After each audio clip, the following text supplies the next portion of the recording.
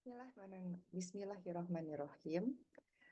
Hari ini saya akan menyampaikan tentang Community Service Visualization of Media Promotion for Batik Ikat Product.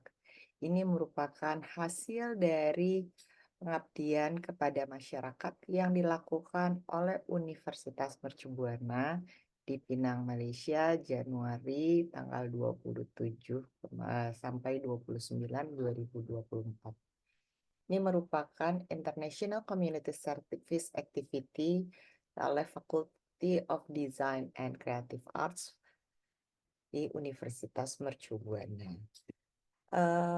Pada pelaksanaan pengabdian pada masyarakat ini, kita melakukan sosialisasi kepada para pekerja Indonesia yang berada di Pulau Pinang, Malaysia. Dan di sana dengan beberapa kolega yang lain, kita mengadakan sosialisasi atau training untuk kesejahteraan atau peningkatan dari kesejahteraan para masyarakat di Pulau Pinang. Untuk pengabdian masyarakat ini itu sangat relate dengan mata kuliah media dan desain. Sini saya akan menyampaikan presentasi saya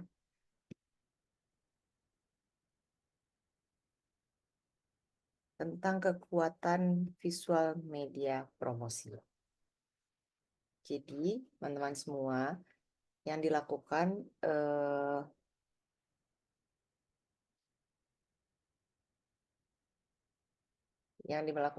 community service solution of media promotion for batik iklan product. Sebelumnya mereka telah diajarkan bagaimana cara membuat batik ikat dengan metode yang memang digunakan dan mereka mempunyai produk hasilnya merupakan batik ikat.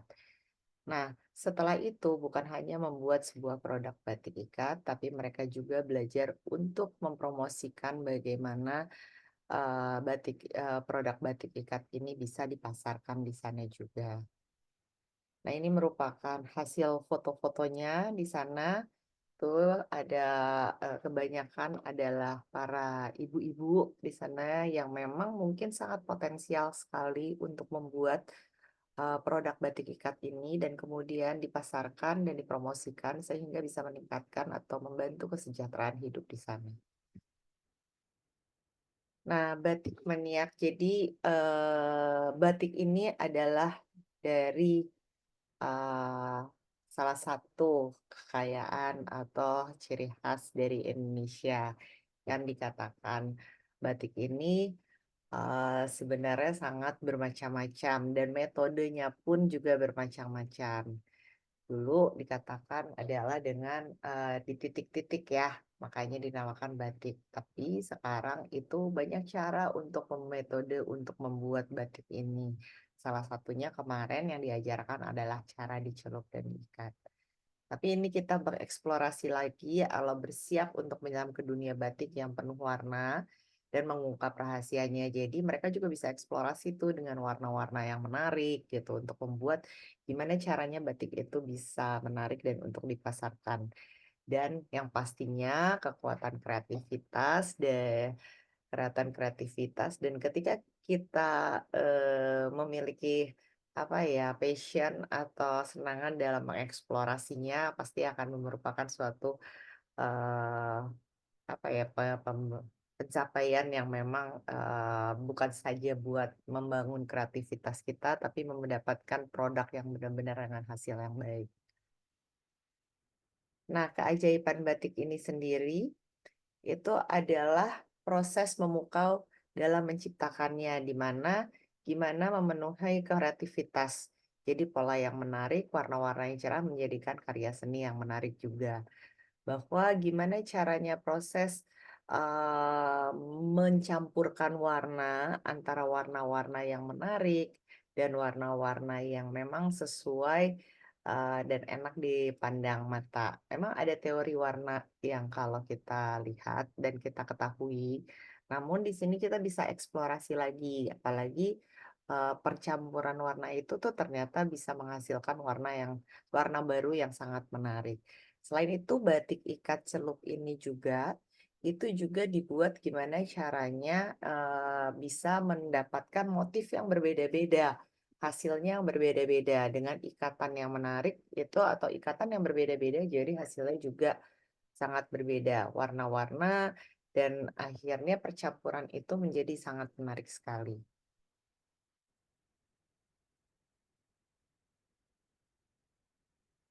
Kekuatan visual batik ini menggunakan bisa menjadi inspirasi, eee, yang sangat menarik. Jadi kita bisa lihat ya bahwa, Indonesia itu sangat kaya dan gimana motif-motif dari setiap, budayanya itu bisa menjadi sumber inspirasi kita. Nah kayak, seperti misalnya dari Sumatera, dari Jawa, dari Bali, Kalimantan, dan lain-lain itu juga bisa menjadi kekuatan visual sebuah batik. Dan setiap batik bisa punya cerita sendiri. Ya, kalian bisa menciptakan visual dengan batik yang dapat memikat penggunanya dan menciptakan kesan abadi. Itu juga kita bisa memilih, jadi tidak ada salahnya juga itu mengambil inspirasi-inspirasi dari alam atau inspirasi-inspirasi budaya yang memang bisa diciptakan untuk menghasilkan kekuatan batik yang menarik. Itu menjadi, salah satu bagian dari eksplorasi yang bisa kalian lakukan ketika kalian memang menggunakan, batik itu sendiri, ya. Selanjutnya, nah ketika, sudah menghasilkan sebuah, batik dari hasil kreativitas Anda, kan gimana nih cara untuk memasarkannya? Bukan hanya digunakan sendiri, tapi juga bisa untuk dipasarkan. Nah, salah satu contohnya saat ini banyaknya adalah, marketplace ya. Jadi, kita memasarkan bukan hanya dengan tradisional, tapi juga bisa dengan digital. Dua metode yang sangat menarik ini, terutama setelah, terjadi Covid, gimana caranya bahwa semua transformasi itu berganti dengan semakin cepat. Nah, salah satunya ini bisa digunakan di dalam, penjualan secara tradisional maupun dengan digital. Yang pasti sebelum menjual kita juga harus punya foto yang menarik dulu. Ya, jadi ketika kita sudah mempunyai produknya, gimana cara mempromosikannya? Salah satunya dengan kita memiliki sebuah gambar yang menarik dari produk tersebut. Nah, mengambil sudut yang menarik dari batik itu diabadikan dan diletakkan bisa di dalam media sosial. Jadi, bagian promosi ini bisa digunakan juga baik secara tradisional maupun digital. Kalau digital kalian Anda bisa menggunakan marketplace, bisa sekarang, dengan oleh Tokopedia atau mungkin dengan Shopee ya, atau mungkin juga, e-commerce, atau mungkin juga dengan menggunakan media sosial. Nah, pengambilan sudut foto menarik menambah ketertarikan orang untuk melihat. Jadi, dari foto tersebut orang itu udah jatuh cinta duluan gitu. Jadi, ambillah salah satu sudut yang menarik dari batik yang Anda buat, itu menjadi salah satu, bagian yang sangat menarik. Nah, selain itu, ketika, memang mau menggunakan, metode tradisional, penjualan secara tradisional, promosi bisa dilakukan dengan mendisplay batik. Ya, jadi, display itu merupakan suatu presentasi secara visual. Kita tidak, menggunakan verbal, tapi orang melihat display kita itu udah langsung tertarik. Karena, membuat batik display itu, dapat diletakkan atau difoto untuk menarik perhatian. Jadi, apakah itu batik ikatnya sudah menjadi bentuk produk, aparel, apakah itu baju, ataukah tas, ataukah yang lain-lain, atau masih berupa helaian kain. Dan itu kalian bisa bikin juga menjadi sesuatu yang menarik, entah itu di drapery, atau hanya diuntai, atau, dibuat bagaimana caranya supaya di dalam display itu orang ketika masuk ke ruangan itu atau orang ketika melihat lewat di situ, itu bisa langsung, tertarik dan memang, ingin untuk, paling tidak ya ketika ketika orang melihat suatu produk, itu paling nggak orang, aware dulu. Ya makanya ketika ada strategi komunikasi menggunakan AIDA, itu adalah attention, interest, desire, dan action. Orang tuh pertama, me merasa pasti menengan attention-nya dulu ketika kita ngelihat ada sesuatu yang menarik gitu. Ada cewek atau cowok cantik atau ganteng lewat, atau enggak memang ada sesuatu yang indah, kita pasti akan menarik perhatian kita dulu. Nah, ini tuh penting banget dan bisa dilakukan oleh display, ya. Nah, selembar kain atau baju jika diletakkan itu dapat menarik juga perhatian. Nah, gimana kita cara meletakkannya, kita membuatnya menjadi menarik dengan displaynya itu adalah tantangan itu sendiri. Dan jangan khawatir bisa menggunakan mungkin bahan-bahan lain untuk menambah atau menarik perhatian dari ini kalau misalnya contohnya walaupun, misalnya ada dibuat display, mungkin bisa menggunakan elemen seperti bunga atau enggak ada atribut kecil lain yang jangan terlalu mencolok karena nanti jadi, batiknya ketilap dibandingin atribut lainnya. Jadi lebih bagus bahwa batiknya yang lebih kelihatan. Nah, social media buzz, jadi konten bertema media sosial ini sekarang ini marak di mana-mana. Orang banyak juga bisa melakukan promosi dan penjualan melalui sosial media, baik itu Instagram maupun juga TikTok, ya. Dan ini fenomena yang menarik sekali karena mungkin orang kebanyakan sudah tidak punya waktu lagi untuk menonton TV yang lain, tapi orang lebih banyak menghabiskan waktu dengan handphonenya dan salah satunya sosial media juga. Ini menjadi peluang yang menarik sekali untuk sebuah promosi, apalagi ketika kita berada jaraknya misalnya jauh ya. Dan ini juga bisa memikat orang-orang dan tinggal kita gimana caranya untuk bisa menarik perhatian atau membuat konten-konten yang menarik yang tentang terutama tentang batik ini. Konten bertema media sosial dan video yang, menarik atau memikat itu bisa menjadi daya pikat sendiri. Tidak sedikit ya orang-orang dan yang memang banyak tertarik untuk membeli gitu. Even saya pun juga kadang-kadang suka sangat tertarik gitu kalau misalnya kita lagi nonton TikTok, cuma kayak masukkan ke keranjang kuning. Nah, itu bisa jadi, itu bagian dari e-commerce. Tapi gimana caranya kita memberikan visual yang menarik supaya orang mau membeli produk kita? Apakah itu misalnya dengan kita gunakan atau kita minta orang lain untuk membuat testimoni yang sudah menggunakan batik ini, itu bisa dilakukan.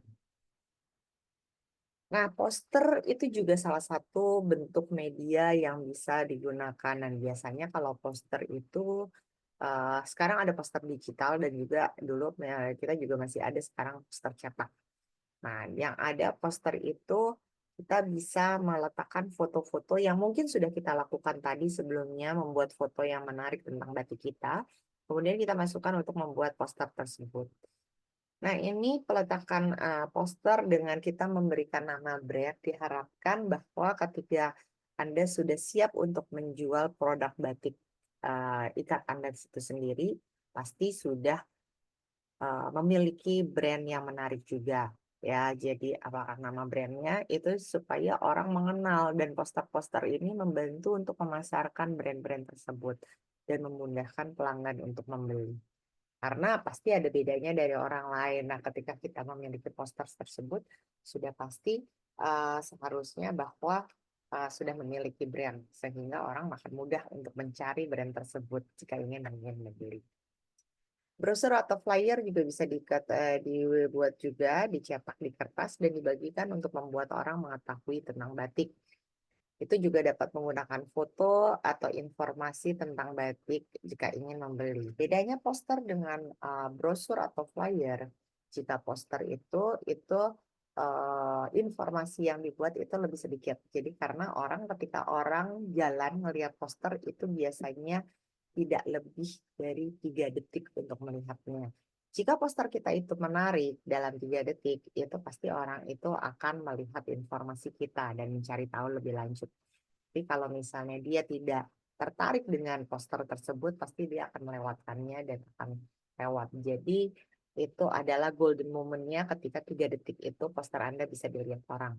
Gitu. Nah, berbeda dengan brosur dan flyer. Brosur atau flyer ini itu informasinya lebih banyak.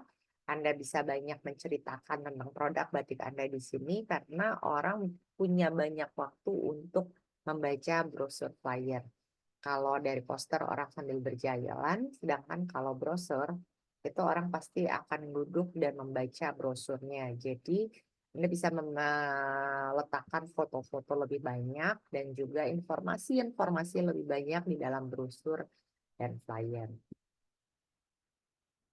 Eksplorasi eksplorasi dalam promosi ini waktu yang terbuat buat orang-orang dibuat penasaran dengan batik Anda dan memperkenalkannya dengan bukan media-media promosi sehingga batik Anda dikenal.